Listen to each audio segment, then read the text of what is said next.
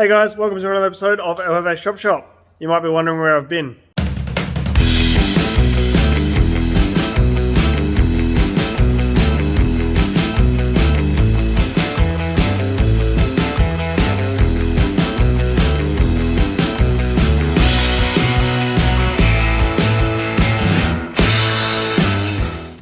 So over the last few weeks I've taken a break from YouTube, haven't filmed anything, haven't done any videos. So I've got a fair bit going on behind the scenes with just my personal life and stuff that I have to sort out. So it's been a bit of a pain, but I've had to take a break and deal with all of that. So I got a bit burnt out and a bit over it, so I've decided to take a holiday with him. So we went and did that. No, he's still sliding. Very slowly. We found a spinning table and we've been laughing about it for 15 minutes. Because the middle bit stays still and you get really fast.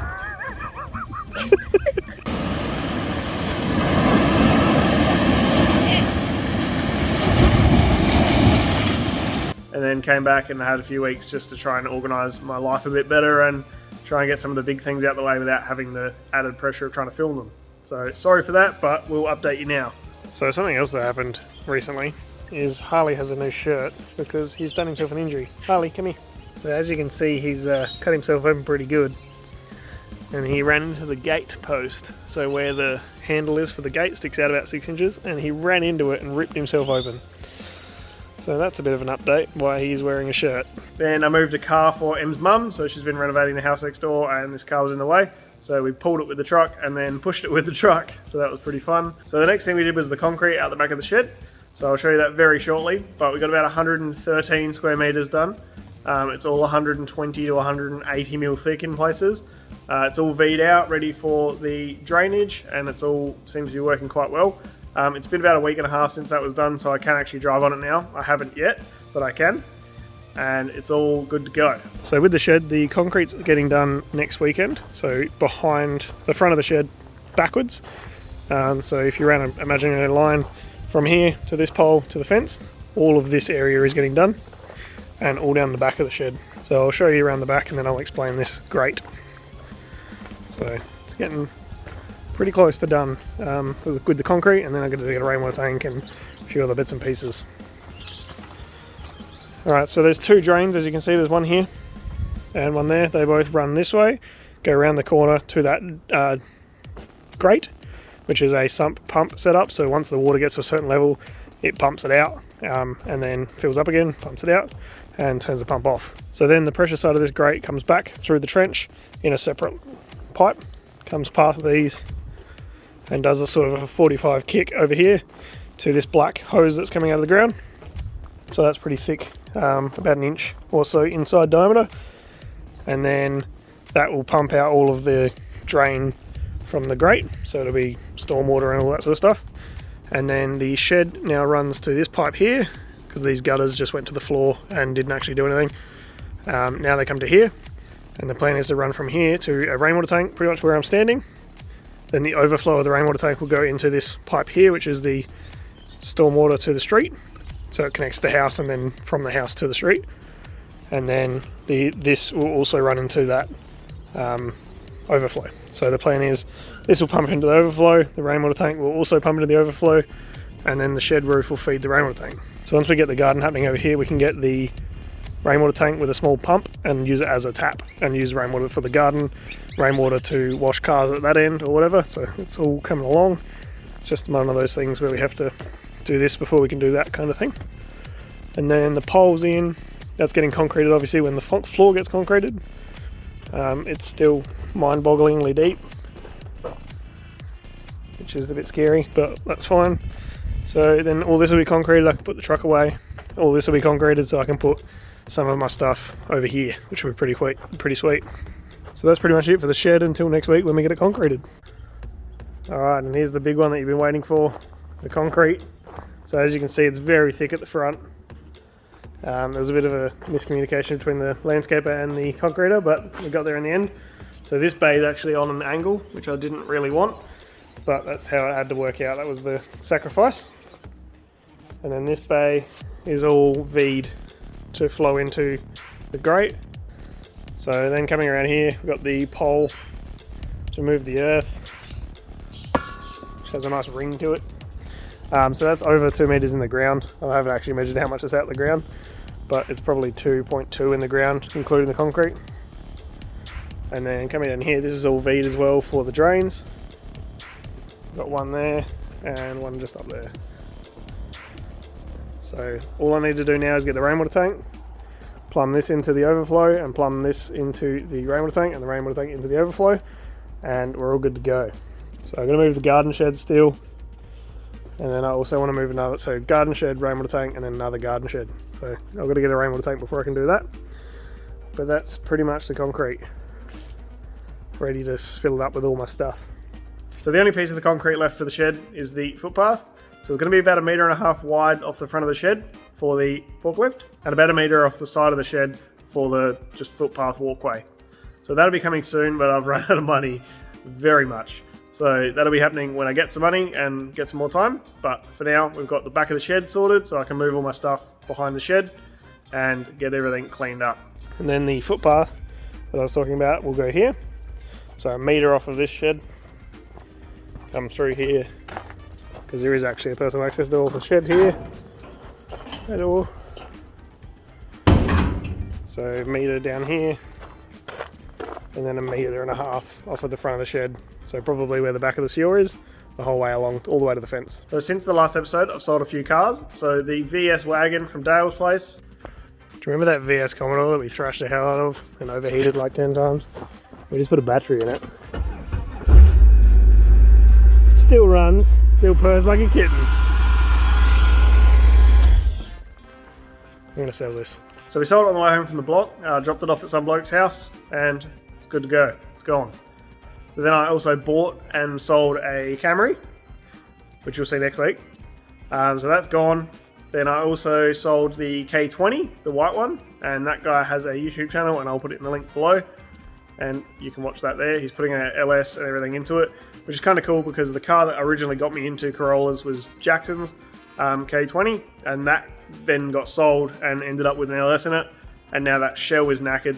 The guy that just bought mine is reshelling the original Jackson's original Corolla that now has an LS in it into that white one. So it's a whole circle thing. I've provided a shell for the car that was the one that got me involved, so it's pretty cool. So that's gone. Sold that, which is pretty great. So the Camry's gone. It's one less problem. Now we need to sell this K20. 20 finally sold. See you, mate. And then I also sold the Getz. Yes, that was my daily. Yes, that's the only car I have that runs. So I have to drive the truck now. So a guy at work messaged me and said, do you have anything for sale that runs and drives? He needs a new everyday car. I was like, oh, I don't really have anything for sale, but you can buy the Getz if you want. Thinking that he would not be interested. And he was, and then a day later it was sold. So I got my money back out of it, so that's the main thing. And I'll just drive the truck until the wagon gets here from Japan, which is all you guys know. So until that gets here, I'll be driving the truck, or if I finish the Sior, then I'll be driving that as well. Emily's driving the truck.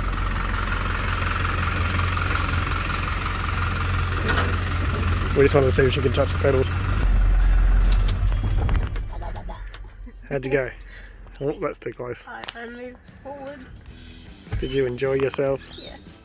I'm the truck driver. So Emily's only 5'10", 5'9" or something. 4'9", sorry, not 5 foot. I'm 5'9".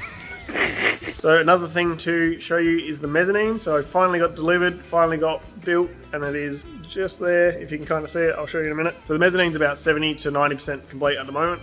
I need to do a few more things from underneath, but to do that I need to move all the stuff up top, and then I can get to the access to the bottom stuff, finish it off, and then I can load it right up. So I'm keen to do that and get everything out of my way. So just quickly, another thing, the mezzanine for this end bay is coming apparently this week. It's supposed to be here 3 weeks ago, so we'll see how we go. It's going to have a 2.4 meter clearance underneath it, which is just a little bit taller than the Crown forklift, and then we'll just put all my parts up there for now, and then I'll copy it to this bay and the truck bay at a later date, and then I can put all my stuff up there and just have cars and tools on ground level, which is always the plan. We'll see how tidy I can keep it, but it'd be really nice if I can keep it just cars and tools. So there's one more piece out the front and all of the timbers for the top, but this is the whole mezzanine. So Tim's coming around shortly and we're going to try and put it up today. We'll see how far we can get and I'll probably update you then. I'm not going to bother trying to film this because it's going to be a lot of climbing and drilling and a bit sketchy and too difficult to film. So see how we go this afternoon. Here he is, right on schedule. So I've been building mezzanine for a couple of hours now, about 3 o'clock. So this morning we started about 11, I think, 10 or 11. So we got the frame up, Tim's just doing up the bolts on the back side. And I gotta do the front side, and then we still got to dynabolt these down.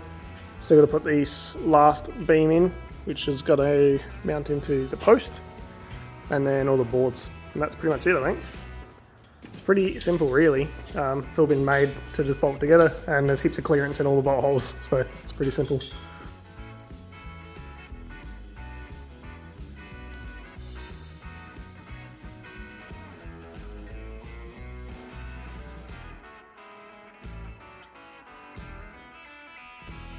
So as always, the shed's a mess, but there's a mezzanine now. So this is 150 by 75 C-section. One big long piece from pole to pole with 2 uprights just to keep it nice and square and straight, and then a bunch of crossbars. And then the back piece is actually made of 3 pieces, which I'm not a huge fan of.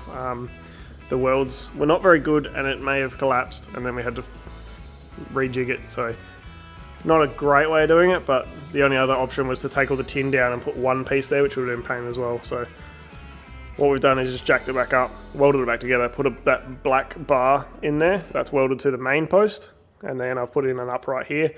I've got another one for this end, and there should be 6 total, there's only currently 3. But that's made it much stronger, so it's a bit of a pain, but I had to add that to make it a bit safer and regain some trust.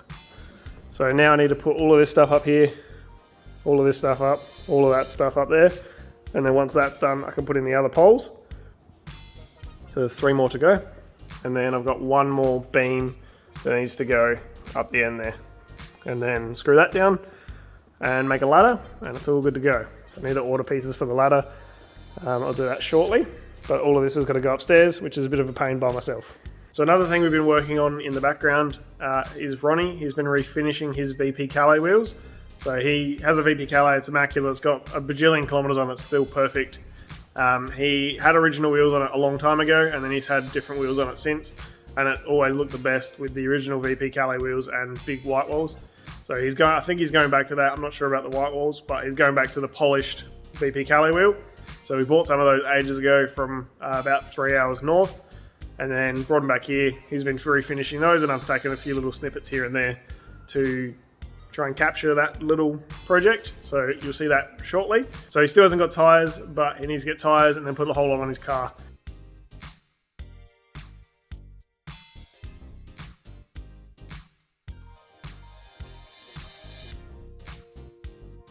So Ronnie's been polishing his wheels the last week or so. So these are 1500 grit. That's halfway through 2000, and these 2 are at 2000 grit. There's still 3000, a calico wheel, clean and a polish to go. So they're gonna look really good. I'll keep you updated.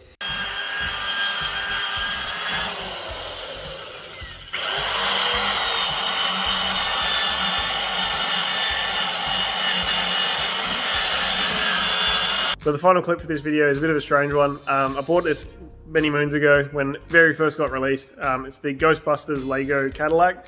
It's very cool, kind of car related. I just like Lego. If you don't want to watch it, don't watch it. But it's very cool, it's only 2 or 3 minutes. It's a massive kit, it's about 3,000 pieces I think. And I bought it on pretty much the minute it got released, I bought it and got it sent here. So pretty cool little thing. It's actually probably about 2 foot wide or 2 foot long. It's very cool, sits on top of my computer, but enjoy that as well.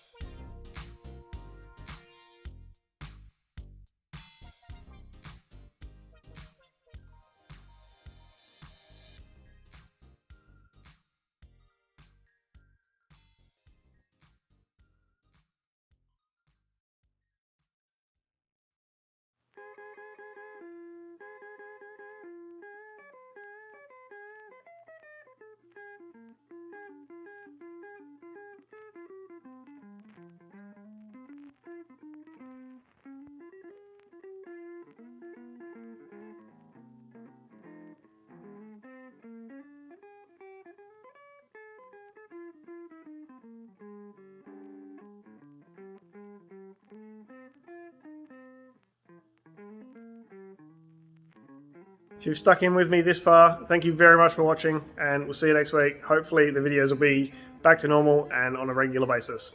So thanks for watching. See you next week.